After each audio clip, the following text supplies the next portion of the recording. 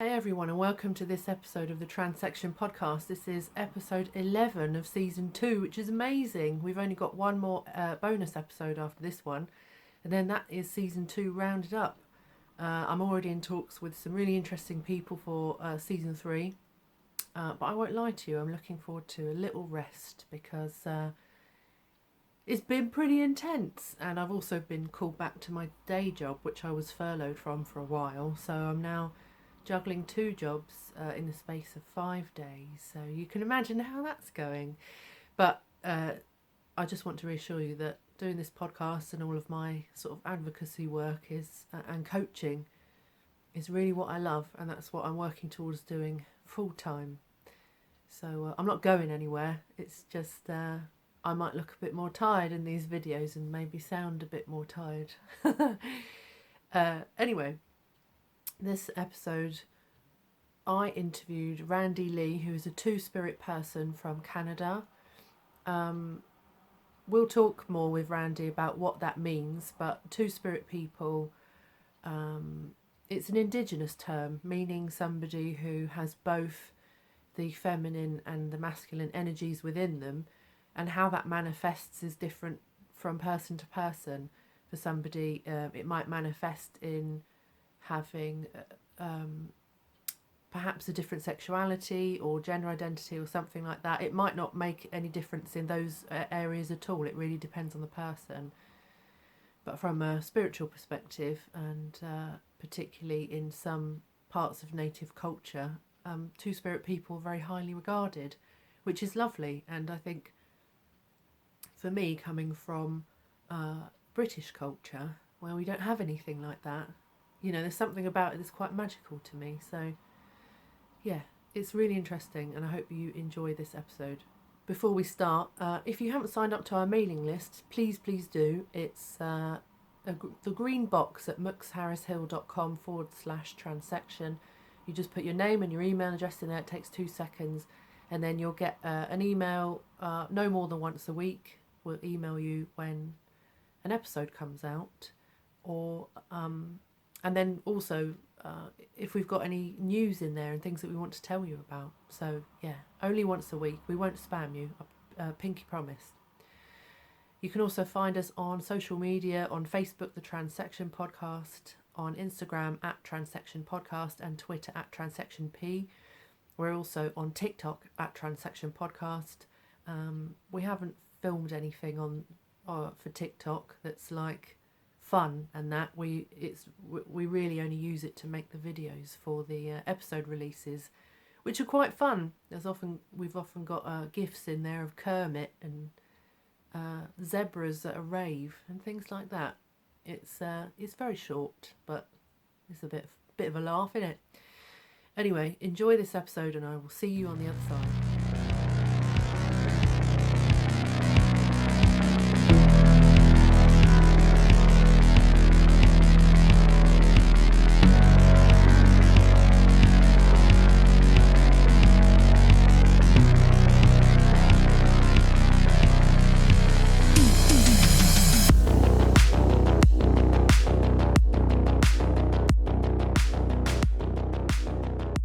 Everyone, and welcome back to this episode of the Transection Podcast, where I'm joined today by Randi Lee. Hi. Hey, thanks for joining us. For those Thanks of for you having me. yeah, it's a pleasure. Those of you who don't know, Randy's actually been my apprentice, my online apprentice, for some months now. It's been ages, I think. I can't even remember when you started. Was it September? Something Or, like that, or like October maybe, I think. no, I'm It's sure. Yeah, it's been a while anyway. it has been a little go for sure. Yeah, definitely. So, tell our listeners where you're from and where, what your family's like and your background and Yeah. that. Yeah, for sure. So I actually come from a small town called Fort Frances, Ontario. It's here in Canada. It's a very low population. It's surrounded by a few different reserves. The first few years of my life, I actually grew up on Couchiching First Nation.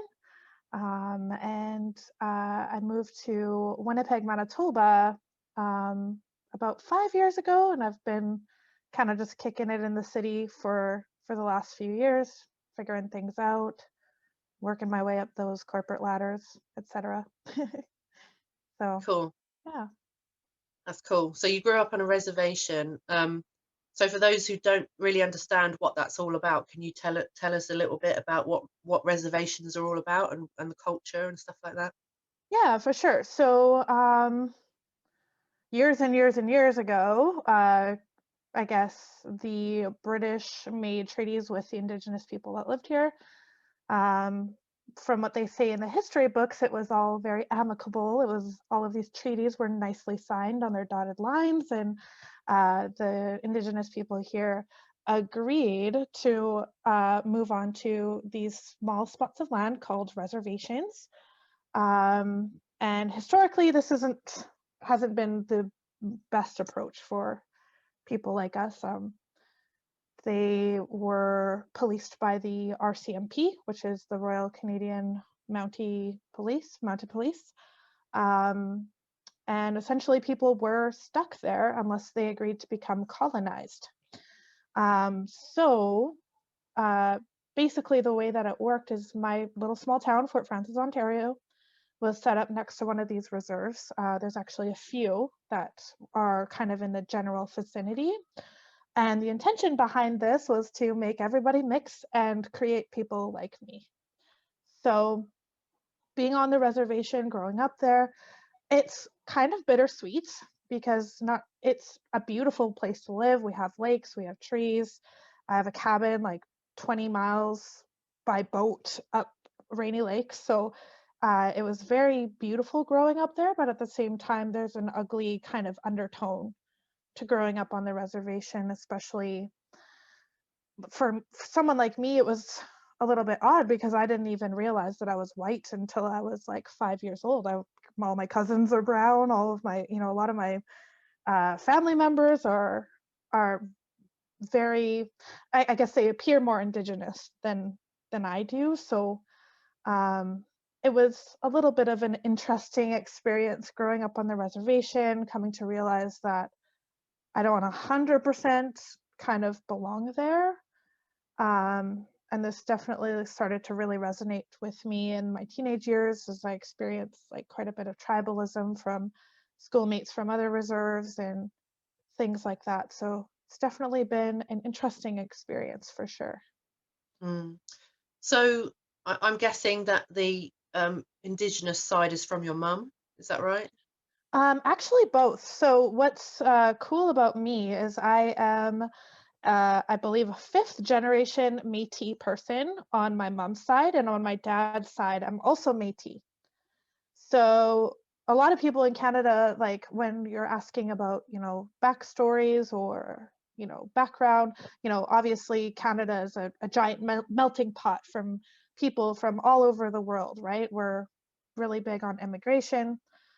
There's people that grew up here that had parents or grandparents that were also immigrants. So for me, if I were to list off my motherlands, there's about 8 different things that I could actually call myself. Yeah. So growing up with that experience too was a little bit weird because you kind of have like a cultural or identity crisis, really, because a lot of our indigenous culture was lost. And then it's like, well, am I Scottish? Am I French? Am I Norwegian? Am I a mix of all of these things? So growing up, finding out about my own identity and where I want to sit at culturally has been a little bit of a challenge, because you don't know where to follow, and when your family is not culturally aware of their own history as well, it kind of puts a damper, and then you have to take on this Canadian kind of culture. And to be honest, for me personally, like indigenous people are supposed to be sovereign to the Canadian government, so I have my own little kind of vendetta there as well. So Yeah. So but you grew up on the reservation and didn't realize till you were 5 that you were anything other than an Indigenous, right? yeah, the way that my mother like explained to, like, for example, my aunt is very, her appearance is very indigenous, is very native. And my uncle, he's a Newfoundlander. He's very white.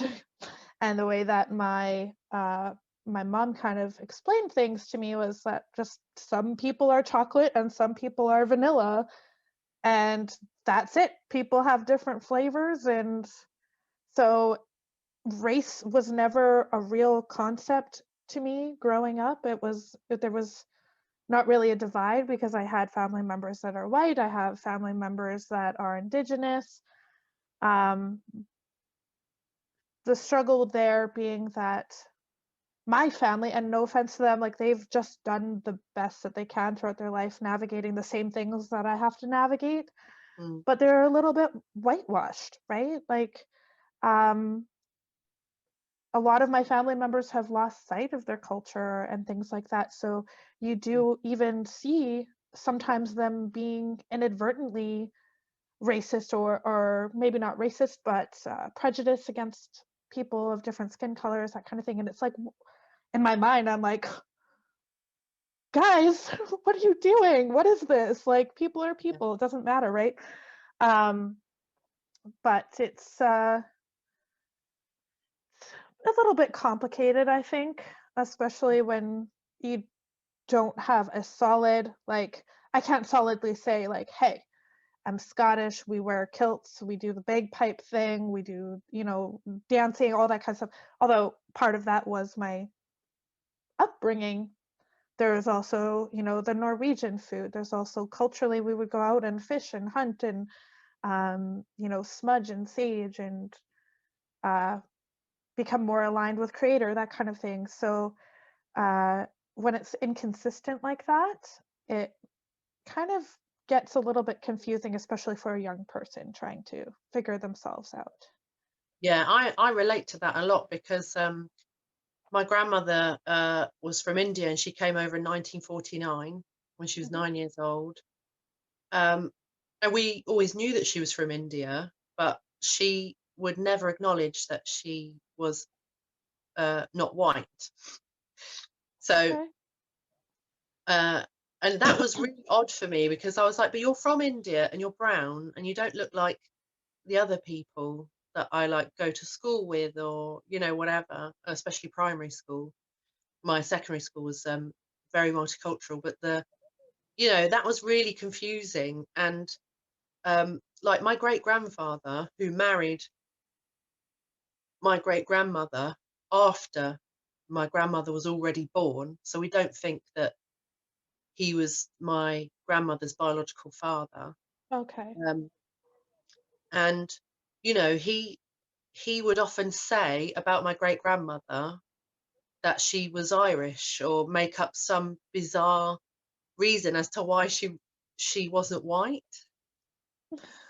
And it was really weird. So we grew up with this real kind of like shame around being not white, and almost to the point where, like my grandmother, she was very correct and proper. She was quite naughty sometimes, but I almost felt like because she'd internalized this shame about her own color, that she would then project that out to other people, or she'd be Mm-hmm. like, oh, that person's very dark skinned, and I'd be like, but why is that an issue? And she couldn't really explain, and she would never. So I think it was 2016 I ended up getting a DNA test just so that I could hand it to them on paper or whatever and say, look, we're Indian, stop fucking around. Because Mm-hmm. I was so like you in some ways, I guess. I was just so sick of the inconsistency of it, and the fact that people were kind of trying to run away from the heritage. I don't know how, because I look at them and I'm like, there's no way you can pretend to be something else. Like, we can all see you. Yeah.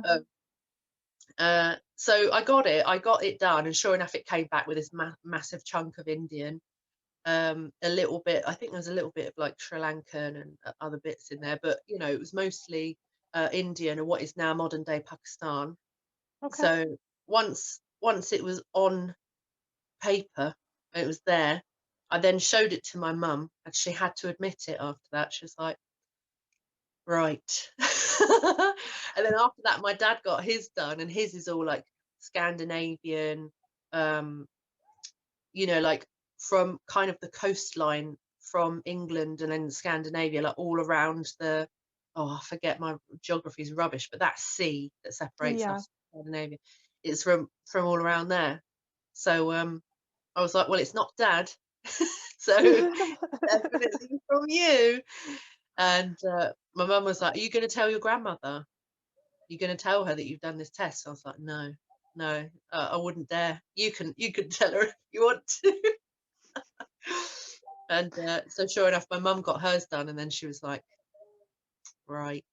I was like, yeah, Yeah. there it is. So it's funny because I don't know about you, but for me, I feel like I've been done a lot of dealing with and confronting a lot of like generations of trauma and bullshit. Hmm. And I think it's really awkward and uncomfortable and sort of, but you've got that righteous anger as well. Yeah. Yeah. It definitely is.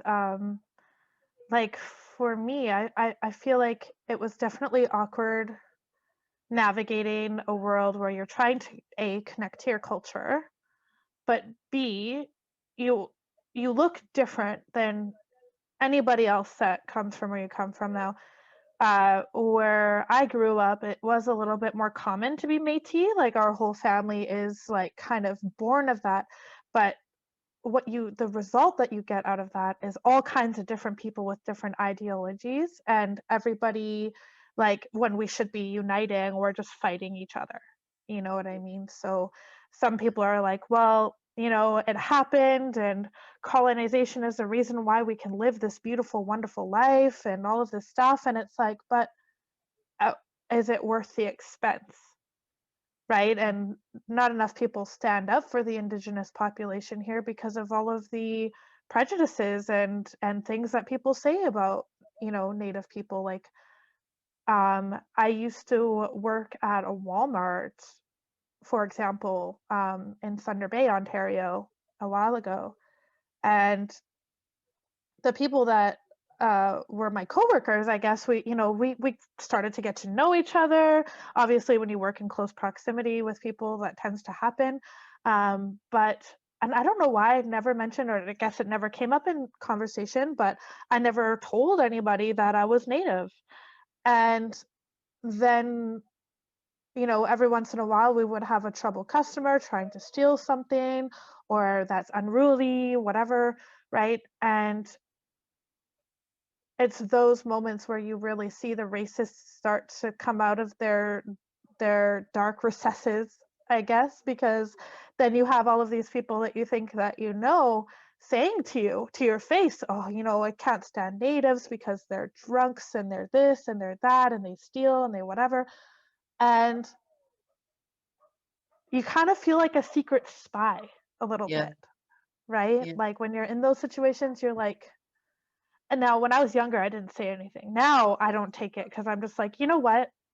To my face, you just said that, and I literally am Native. Like you can't say shit like that. It's not cool.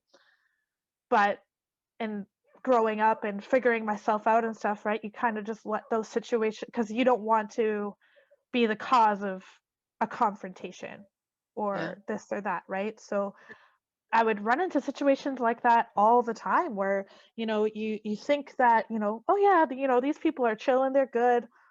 And then when you get to know them a little bit better, you realize that they're racist. And not only are they racist, but they're racist against the very people that you come from. So it's like you can't really find that solace anywhere that you go, right? At home you try to get social concepts through to your parents, your family and things like that, but if they've been whitewashed, it's harder to like really be yeah, like, but this, like, you should care about this, right? yeah, And then on the other hand, you try to conform and join the crowd, but then you realize that while you're there, you just can't stand the people that you're around. So it kind of puts you in a really strange position, I think.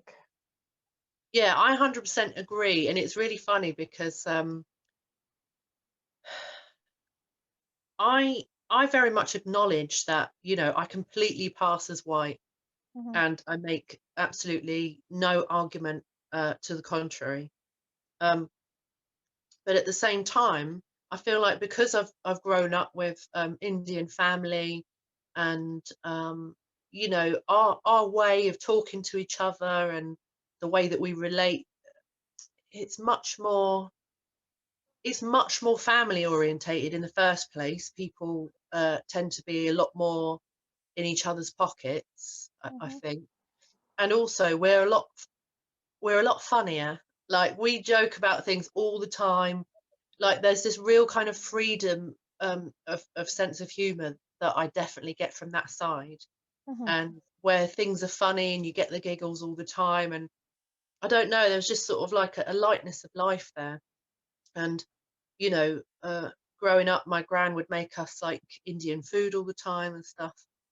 And so, despite how I look and how I'm perceived and treated in the world, which I completely acknowledge is quite privileged, um, in the race sense anyway, at the same time, I don't know about you, but I'm constantly aware of when I'm around like just white people, mhm, some of the things that they say or some of the generalizations they make, even if they're not saying anything inflammatory whatsoever, I often am just stunned that they're saying things and have perspectives on something that mhm, they've never experienced, or that is just so limited, like so incredibly limited.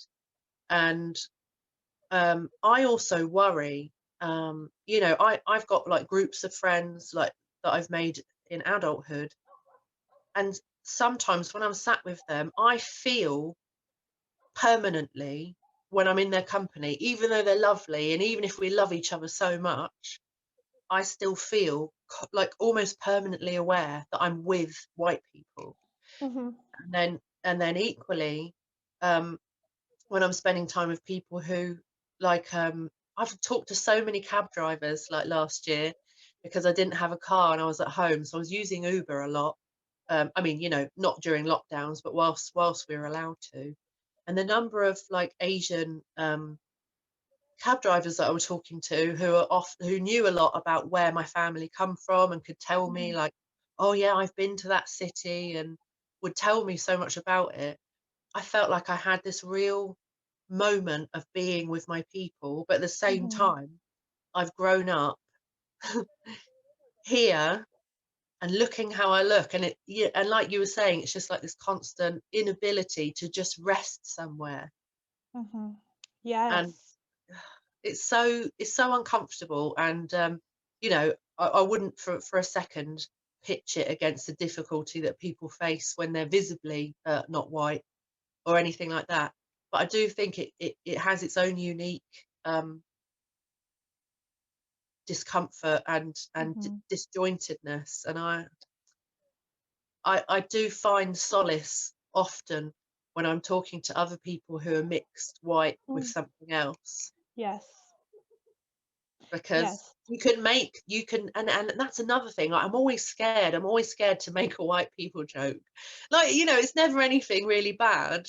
um but you know, like, sometimes I want to say to somebody, like, sometimes I'll say it to my sister actually because she gets it.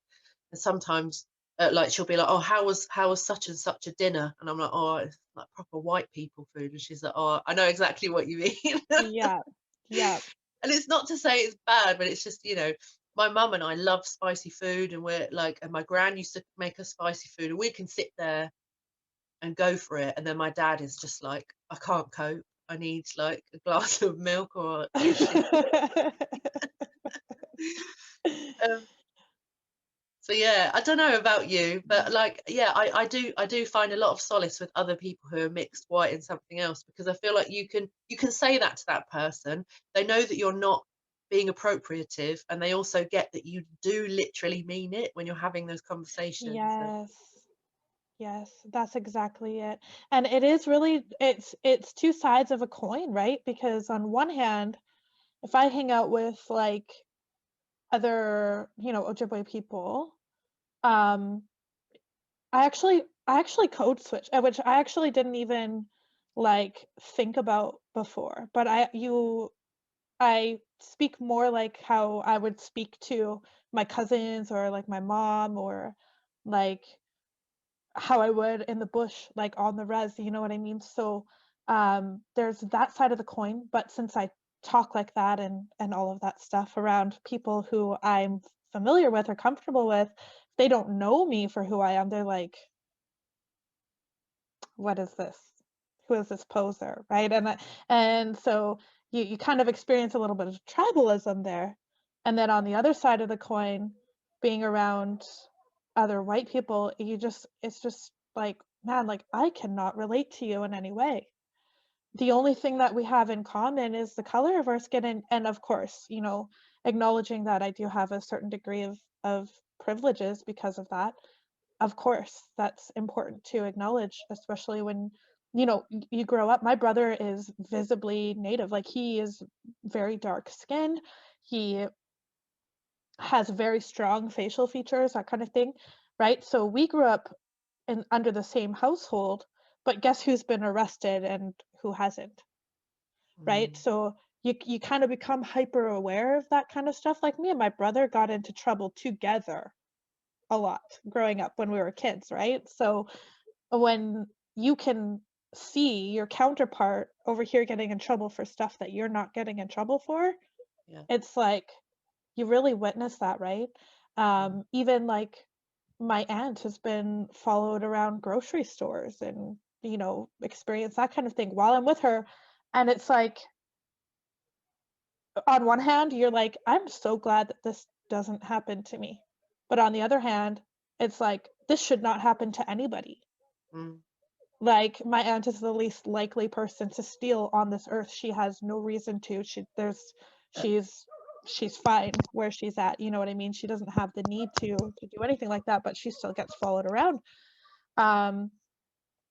So it does kind of give you like a weird position in society, I think, in general. And then completely to your point, like speaking with other mixed people, it is like, hey, you get what it's like, right? Because um it's the tribalism that nobody talks about. It's the acceptance that you don't get from any other group of people, Mm. right? Like for me specifically, there's likely not a single person on this earth that has the same racial structure that I do. Mm. You know what I mean? It's just mixed to such a degree. And it kind of puts my thought process on society and the way that they view skin color. And I'm like, this should be so irrelevant at this point. There are hundreds of thousands of mixed people out there.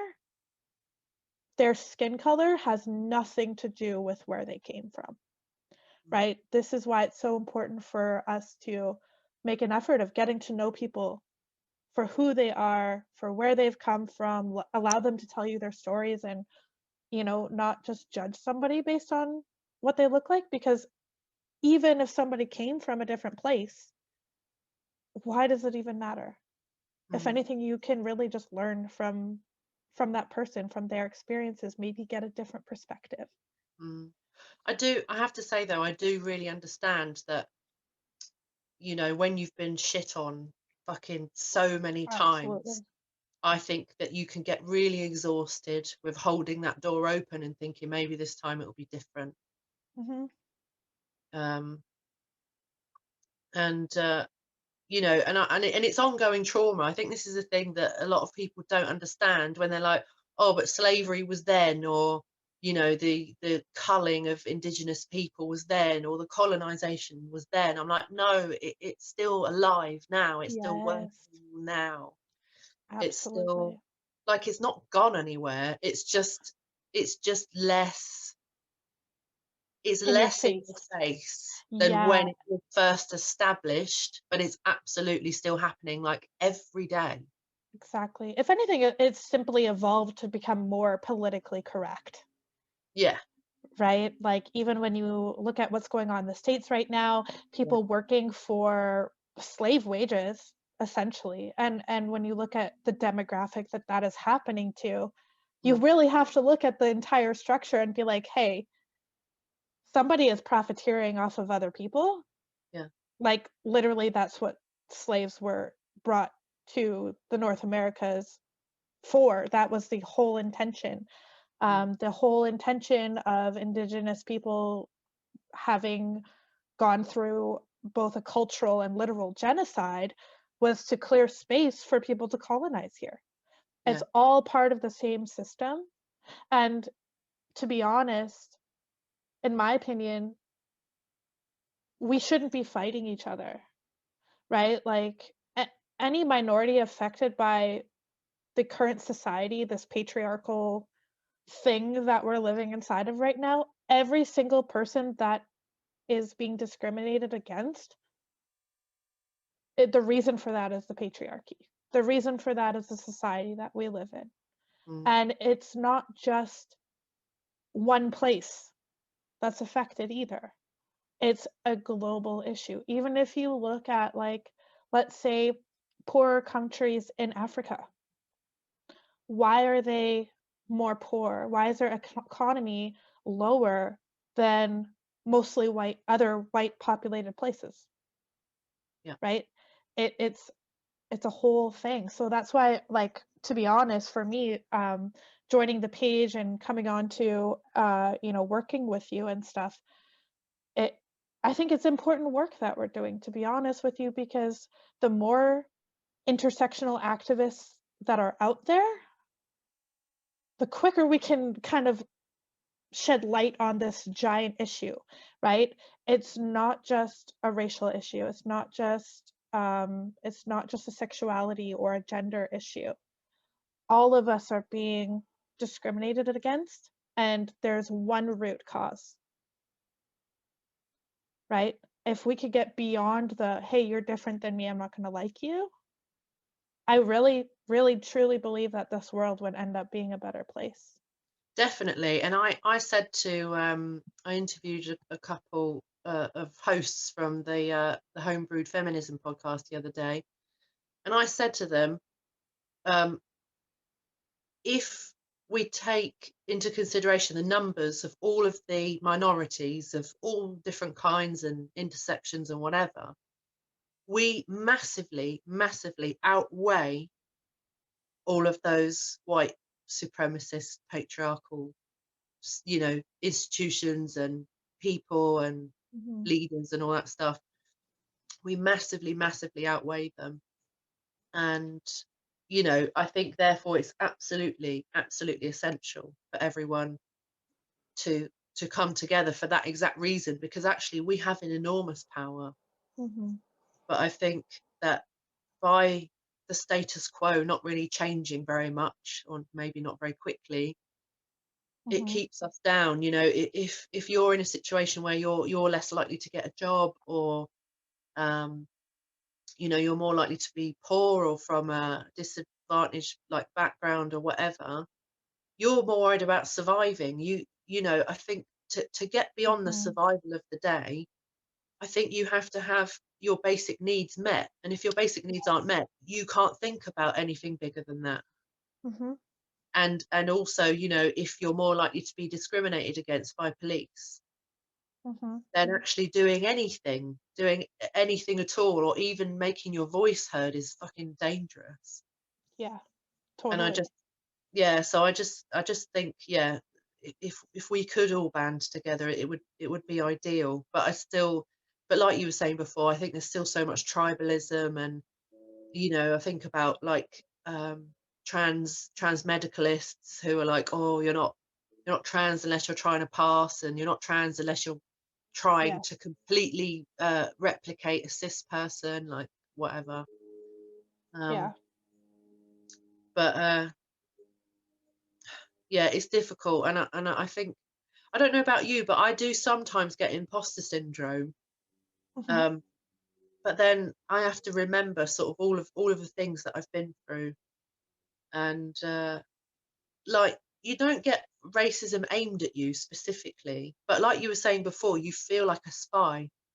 Yeah. And I know you've shared with me a story before about people saying something and not realizing. And there was one when I was in my teens.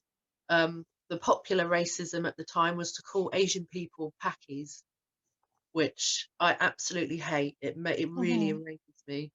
And I was sat next to a friend one lunchtime in town. We were at school, but we'd come out at lunchtime to. I think we were sat in a like graveyard or something. It was a very pretty graveyard Hmm. on a sunny day, eating our lunch on a bench. And she said, "Did you?" And this mate I sat next to, I've known since I was 11 years old. She was like, "Did you see that Paki?" I was like, "Why do? Why the fuck are you saying that?" I was like, "That's fucking racist." She's like, "Oh." And she sort of didn't look like, she was a bit like, "Oh well." And I was like, I'm part Asian, right? And she was like, "Oh, oh, I didn't know that." And I was like, it shouldn't fucking matter. It No. shouldn't matter whether you knew it or you didn't know it. You shouldn't fucking say it. If I ever hear you saying that again, like, I will literally smack you." Yeah. Not She was cool. like, "All right."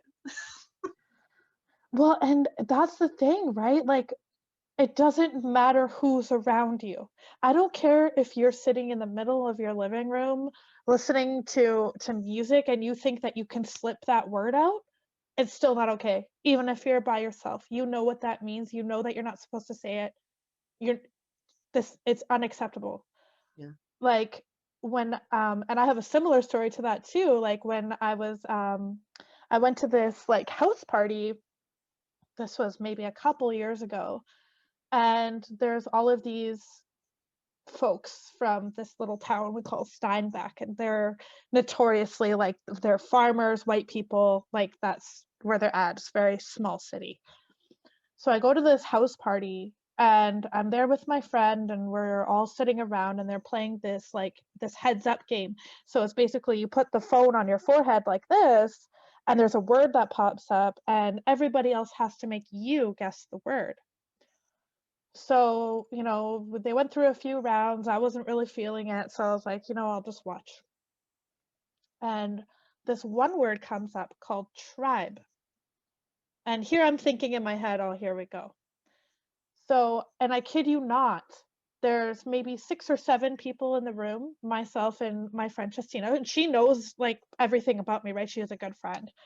And we're sitting there and the word tribe comes up, and I kid you not, all of these white people took a full minute to look around, make sure that there is nobody around that they're going to offend, and then they do this like tribal, like indigenous war cry, like you would see in Peter Pan, like this thing, right?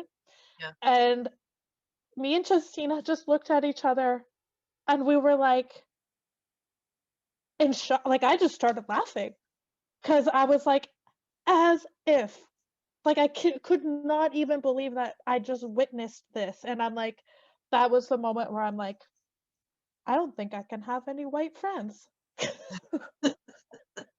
Like I don't I was so blown away. I had to leave.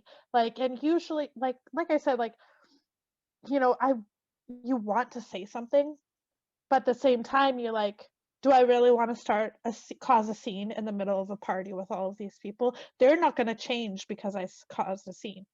So Mm. I was like, I'm just going to exit myself from this conversation because clearly I have no way to relate with any of these people. So Yeah.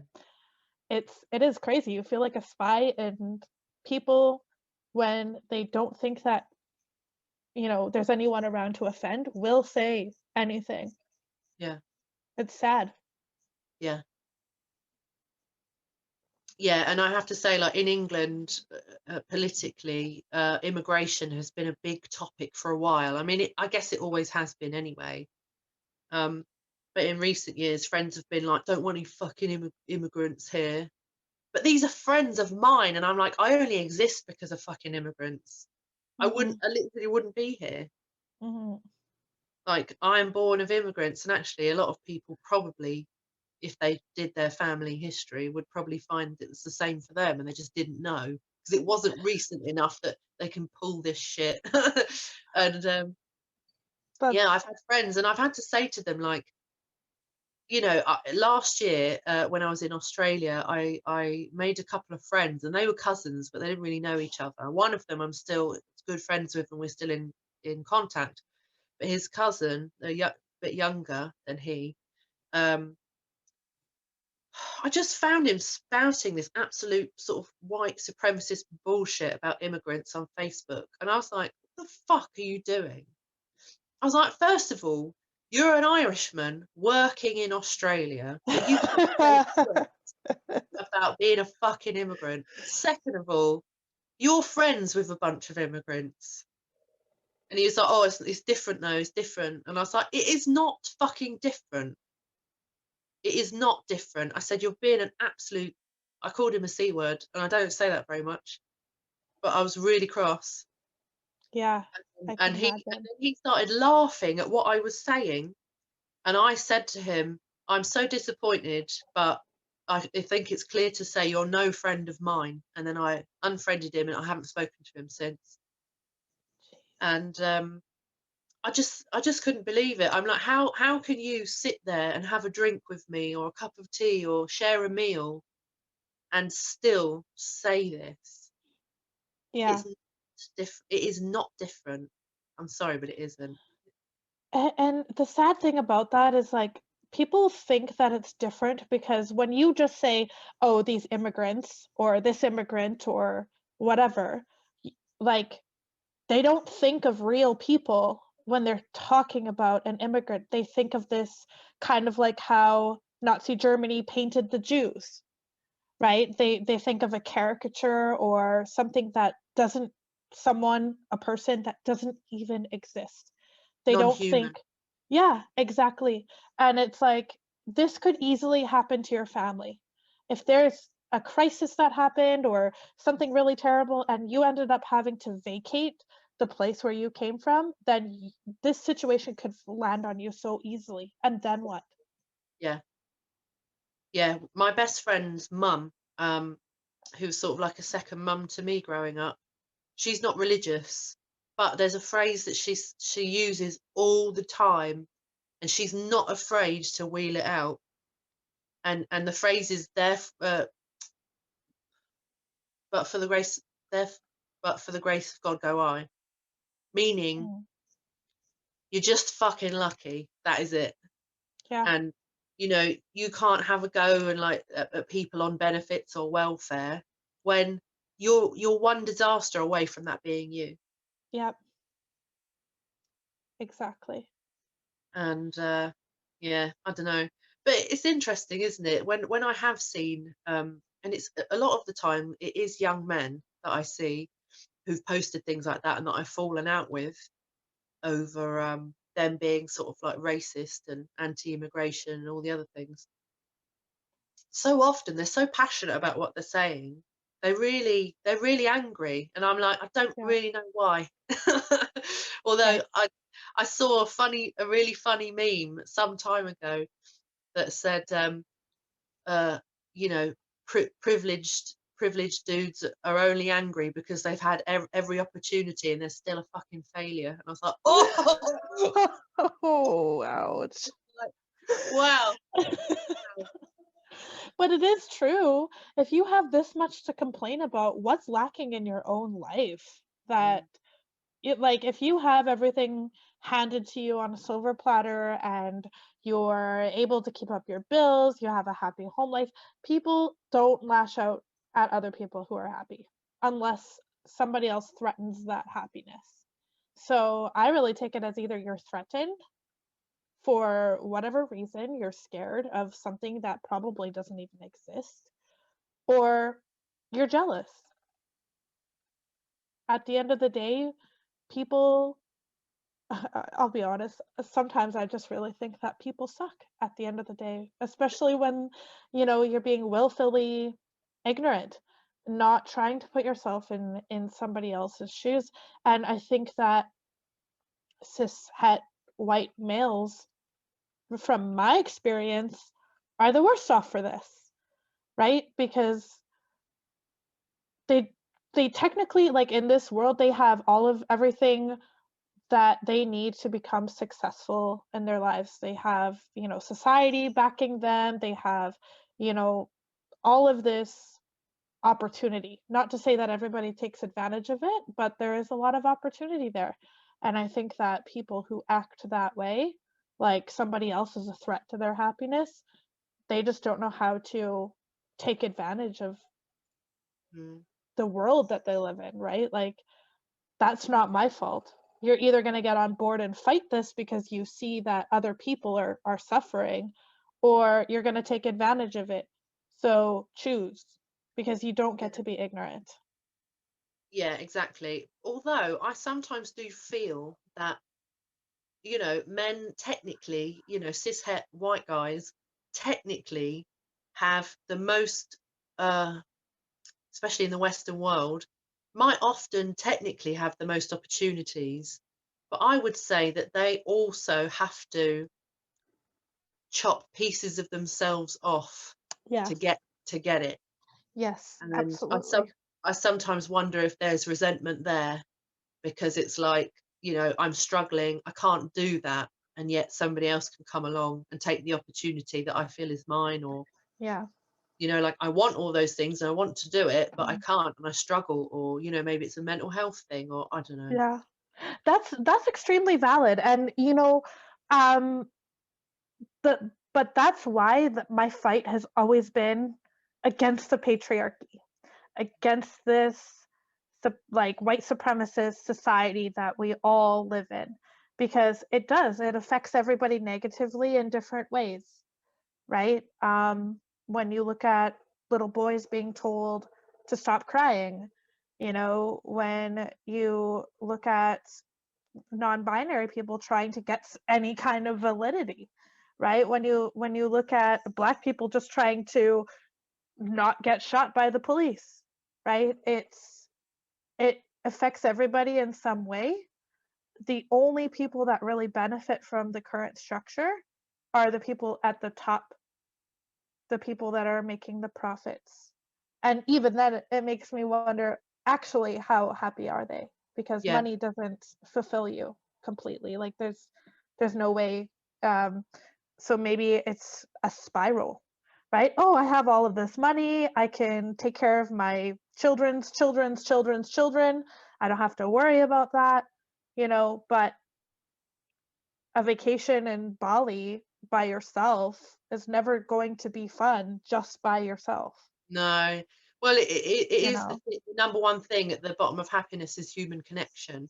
Hmm. But I have seen, um, I can't remember exactly what the meme says.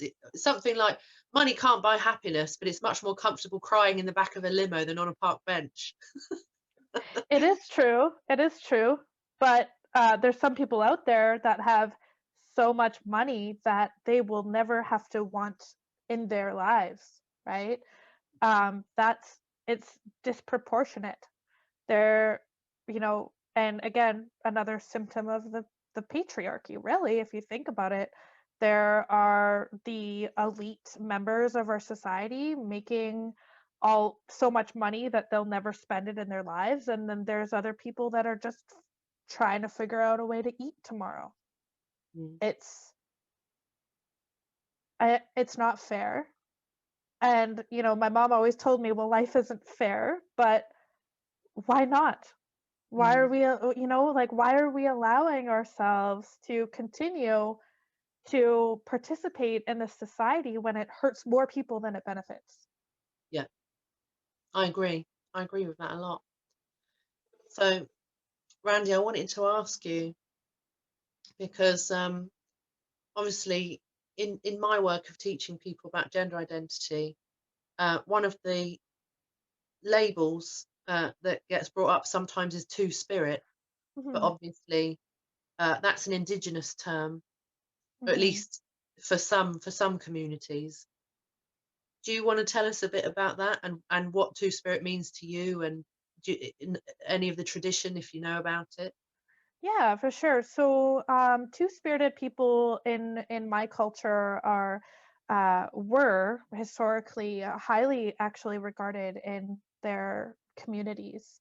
Um, sometimes it means, so it's hard to equate it, to be honest, to any person that really exists on either the trans spectrum or even a spectrum of sexuality, because it's kind of a mix of those things. Yeah. Um, from my understanding, it means that people like us have two spirits inside of us, one of male energy and one of female energy. And historically, we were actually held in high regard because it's said that having all of that wisdom from two different spirits inside of you, it gives you more wisdom. We have certain like spiritual journeys and different things that we do, like fasting or going on spirit walks and things like that, where we get sent messages from the creator or whoever it is, based, just for our own lives, what's best for the communities and things like that. But typically, two-spirit people were leaders in their communities because of that special trait that they have. So it's not necessarily being gay, but it's also not necessarily being like non-binary or trans or anything like that. It's more, we are one body for two spirits, and both spirits have separate needs. Right. So So it's kind of like having two spirits is only definitely the idea of just having those two energies, spirits, like, and wisdom, and then however that manifests is different for every person, right? absolutely, Cool. absolutely. And I've actually found a lot of solace in that label, to be honest with you, because for the longest time I struggled with my identity, like both culturally, like as a whole ass person, when because I knew about two-spirit for a long time, and I'm like, yeah, I could probably, get down with that. But when I really started diving into like my own gender identity and my sexuality, and I started learning more about being two-spirit, I'm like, okay, that feels like it fits the best, right? I'm not necessarily non-binary, which I thought it was for a while, because it's not that I'm neither, it's more of that I'm both, if that makes any sense. Like, Yeah. I think that the best way to describe it so that people would understand, it's like being gender fluid. Mhm. One day I might wake up and feel more masculine, and other days I wake up and I feel more feminine, and my tastes and my interest in people kind of reflects the same. Yeah, Yeah. that's cool. Yeah, I often I really enjoy hearing like these other indigenous, more kind of like grounded and spiritual aspects of things, because Mm-hmm. I think particularly in the white LGBT community, I think that there's a lot of religious trauma, and therefore, like for a long time, there's been such a rejection of not just religion but spirituality in general. And obviously, Mm-hmm. this is a generalization, but I just see it a lot. But for me, like having some kind of spirituality, like for me, that ties into everything. It ties Mm-hmm. into like how I see things and like how I relate to people. And I find particularly with people who are like gender fluid or non-binary or trans or something, I feel that when I connect to that person and I feel like I'm seeing them spiritually, like I 100% get it. Mm-hmm.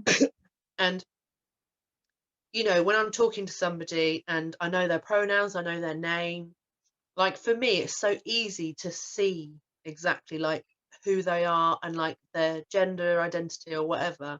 Mm-hmm. It's so obvious to me.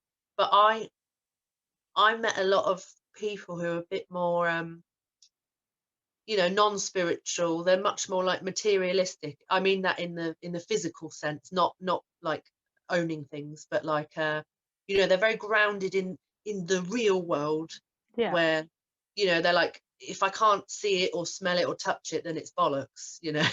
Yeah. But I see them struggle a lot more, and sometimes I see them misgender somebody, and I'm like, you can't be seeing this person if that's what you're saying. You can't be seeing Yeah. this person if misgendering them is just so easy for you to do. There's no connection there. Yes, yeah, definitely. Yeah.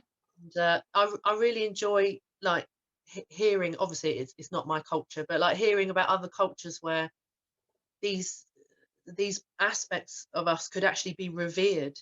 And I think Hmm. sometimes that's why particularly two-spirit people get brought up so much in LGBT wider community, because Hmm. there's this, I think there's a real fascination with um, you know, potentially had we been born in another community or in another culture, that not only would we not be treated like shit, but actually people would want our wisdom and our Yeah, contribution. absolutely. And to be honest, like the way that I view people is not by what their physical is.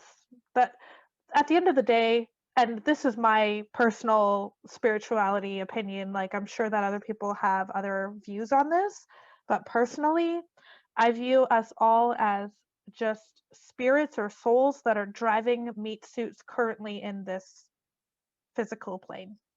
Yeah, So when you kind of think about it that way, things like gender or race kind of don't matter anymore because you're starting to view people for who they are inside of that meat suit rather than, okay, well, where did that meat suit come from? I need to make sure that it's not from these 3 4 different places. Or what color is it? Because I need to make sure that it aligns with my own color. Like it like literally doesn't make any sense to me, the logic of people being afraid of other people because of the color of their skin or yeah, because of their gender or their sexuality or anything about that's what's beautiful about the human race is that we're all different and we can learn from each other. And at the end of the day, you you you could end up with the most attractive person in the world and still be unhappy because you don't connect with that person properly.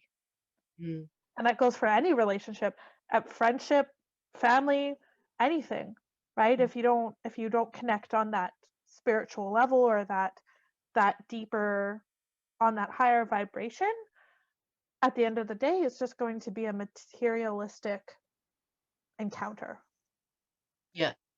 right? Yeah, definitely. So you're sort of working out your identity and all of that stuff. Because I know spirituality's come into it a lot for you, and particularly with like your tarot readings and all that stuff. So tell us about like how that's all developed and you've got into the spiritual side a bit more.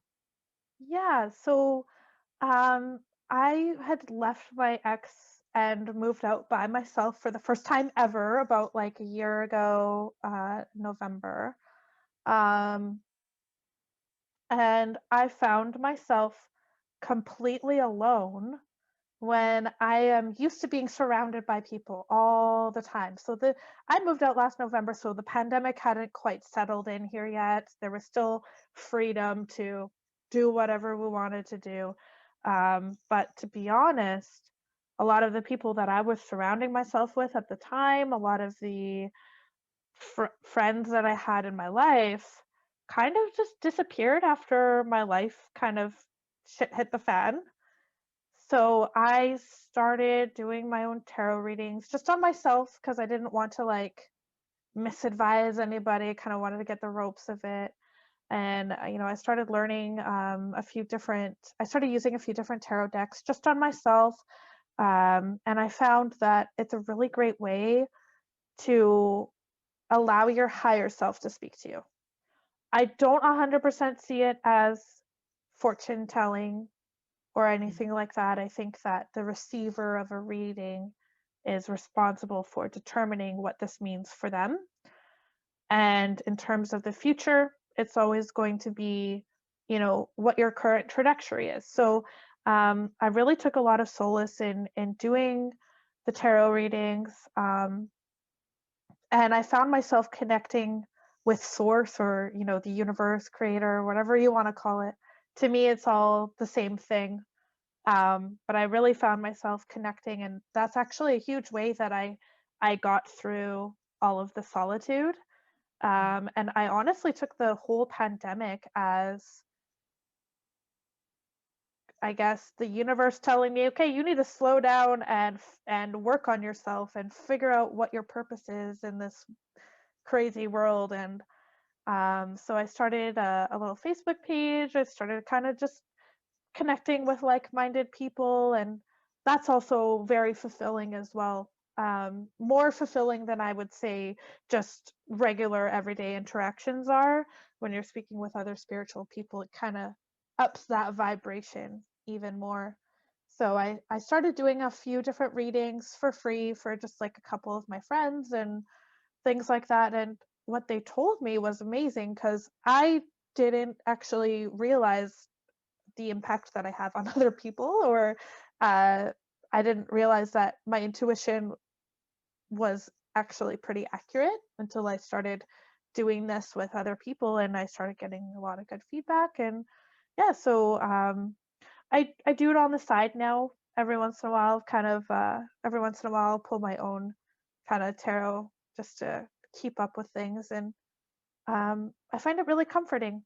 And yeah, so I've been doing that for a little while. I've gotten a couple of clients, which I was pretty excited about, over just being on Facebook. And it's actually an amazing tool, considering how evil social media is portrayed to be.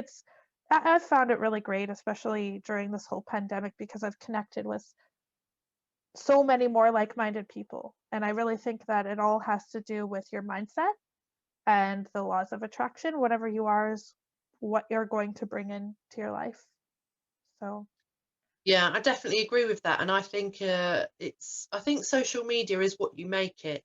I think mhm, you're in charge. I think you could make your own experience of social media the most stressful, anxiety-inducing, depressing, violent, negative place, or mhm, it could be a place that you look forward to going because you're like, I'm going to connect with funny people, kind people. We're going to talk about love and relationships, mhm. and we'll watch somebody like falling off a trampoline or something, or like cat videos. Do you know what I mean? Yeah, totally. I think it is what you make it. And uh, I've got friends who are definitely still trying to find their way with, like, not being on it too much, or having a healthy relationship with it. Mhm, Um, but I do think you can have a great time on social media, and I think if it wasn't for social media, I wouldn't have. So somebody was going on about restricting your social media use recently, and then another friend sent me this article about it, and I was like, it really pissed me off, because as I've explained to these people who are always harping on, they're like, oh, don't be on. I mean, just for the record, I don't tend to be on it for more than half an hour a day, so it's not a lot anyway. And mhm, that time is usually very positive. But I said to both of them, I was like, listen, when you're part of a minority, whether that's like part of the trans community, or disabled community, or postpartum depression, or you mhm. know often social media is the only place you find that support. So when you start telling people, and you haven't really thought about what their individual needs might be, when you're telling people to spend less time on social media, what you actually don't realize that you're really saying to them is, you should be more isolated.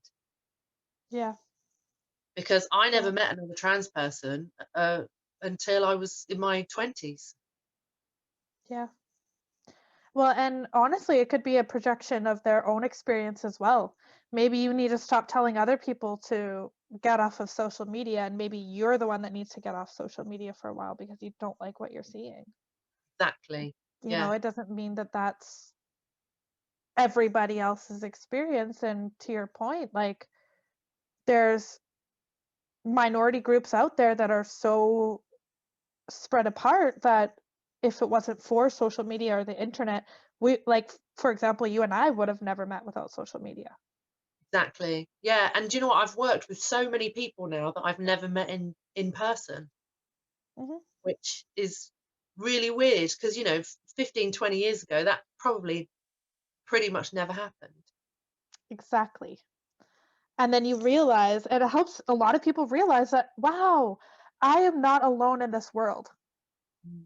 And I think that people preaching that during a pandemic, like, really just need to get bent, because, like, are you really seriously telling people that can't go outside, that can't go to a restaurant, that can't go anywhere or experience anything, to also cut out social media from their diet? Like, what are we supposed to do? Yeah, I could read more books, I could paint, but guess what? We're in a pandemic and there's lots of time for that other stuff. Human connection is just as important for your Yeah. well-being as anything else is. So Yeah. social media is where it's coming from, then who are you to judge? Yeah. I agree. That's well said. That's well said. We should put that on a t-shirt. I could spend less time doing whatever, but I don't want to, so fuck off. Right, exactly. I'm gonna do what I want. Yeah. So, Randy, are you open to more tarot clients? Yes, I am. I'm definitely open to looping in anybody that would like to have a reading. If they like, they can follow my Facebook page to get into contact with me. So definitely anybody interested in a reading, I would be happy Yeah, to cool. What's provide. your Facebook page called? So you can find me on Facebook at Mentorship for Magical Mediums. And you can also connect with me on Instagram at Randi X Radio. And my personal Facebook page is Randi Lee. Cool. Yeah, Thanks for that. I'll put the links in the show notes as well. perfect. Thank People you. can click on it. All right. Well, thank you so much for joining us today, Randy. This was really cool, and we've been talking about doing this chat for ages, and I Yes. really enjoyed it. Yeah. I was looking forward to it. I'm glad that we were able to finally connect. Yes. Yes. After it's been a mad winter for both of us, really, It hasn't has been. Yeah, it's been craziness. it? Cool. All right. Thank you so much. Thanks, Harris. Have a great day. Hey, thanks for joining us this week for this episode. I hope you enjoyed it as much as I enjoyed conducting the interview. And just a little reminder for those of you who haven't already downloaded it, I have a free PDF if you're new to the world of trans and non-binary gender identities. Maybe you're not particularly new, but maybe you don't feel like you know everything yet, or you're not super confident. So this guide is free, like literally free. I had a business coach tell me this week, she looked at it and she said you should be charging a lot of money for that. So maybe I will. There's a threat for you. So go and download it while you can before I make it cost monies. So yeah. That's at muxharrishill.com/PDF. Go and grab your copy. There's even a free masterclass that goes with it. So yeah, it's a proper bargain. And that's not just me saying it. People are now telling me it's a bargain.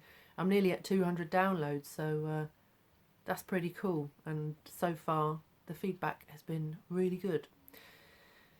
So, other than that, I will see you on the last episode of season 2, the bonus episode where somebody interviewed me. But I'll tell you more about that on the actual episode. I will do my usual intro and I'll tell you a little bit about it. But basically, I was interviewed by the guy who owns Pole Lols. If for those of you who follow them on social media, Dan Rosen, he is a pole teacher, instructor, and champion. He's really cool, and we had a really good conversation. He's quite new to the whole topic of gender identity, and so are many of his followers. So I went on and he interviewed me and we talked about it. And yeah, I think it was pretty good, although we did have a few tech issues, so I'll clip those bits out.